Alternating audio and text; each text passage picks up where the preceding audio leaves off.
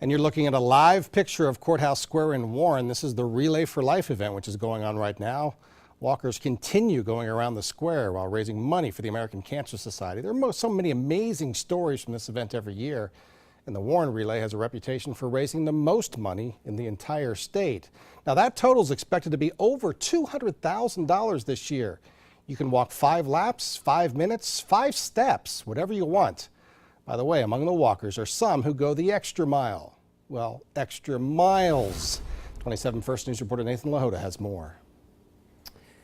Yeah, the group of students I talked with consistently bring the biggest group of 24-hour walkers to help those understand the struggle. Survivors, start your lap. Nearly 1,000 survivors walked in the beginning of the Warren Relay for Life. Most walkers say they walk for those that are struggling with the disease. I'm walking for my dear friend Gina Steinis. This is actually the first year that she can't be here with us. She's actually in the hospital right now, but she is a survivor of 3 years now.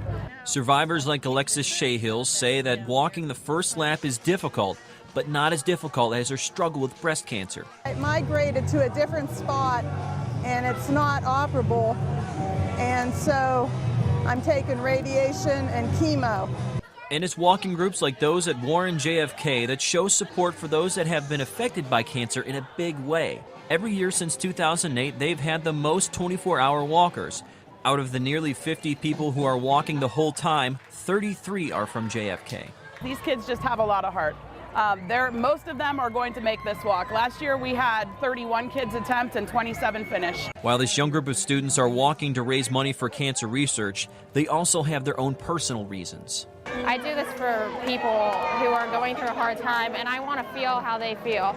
They say when you walk this, all your emotions and all the pain from walking for so long, it puts you in the shoes of those going through cancer. For them to try and do that, I personally can't imagine anybody able to walk for 24 hours, but it just shows how much they support you.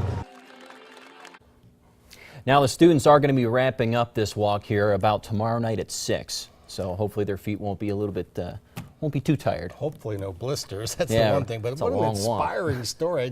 I like the last lady in your piece. I can't imagine walking for 24 hours. Yeah, and I really couldn't imagine just walking into that one lady's shoes for 10 minutes. She is in such pain, and you know what? Yeah. It's things like this that help them out. So. All right. Thanks for sharing that inspiring story, Nathan.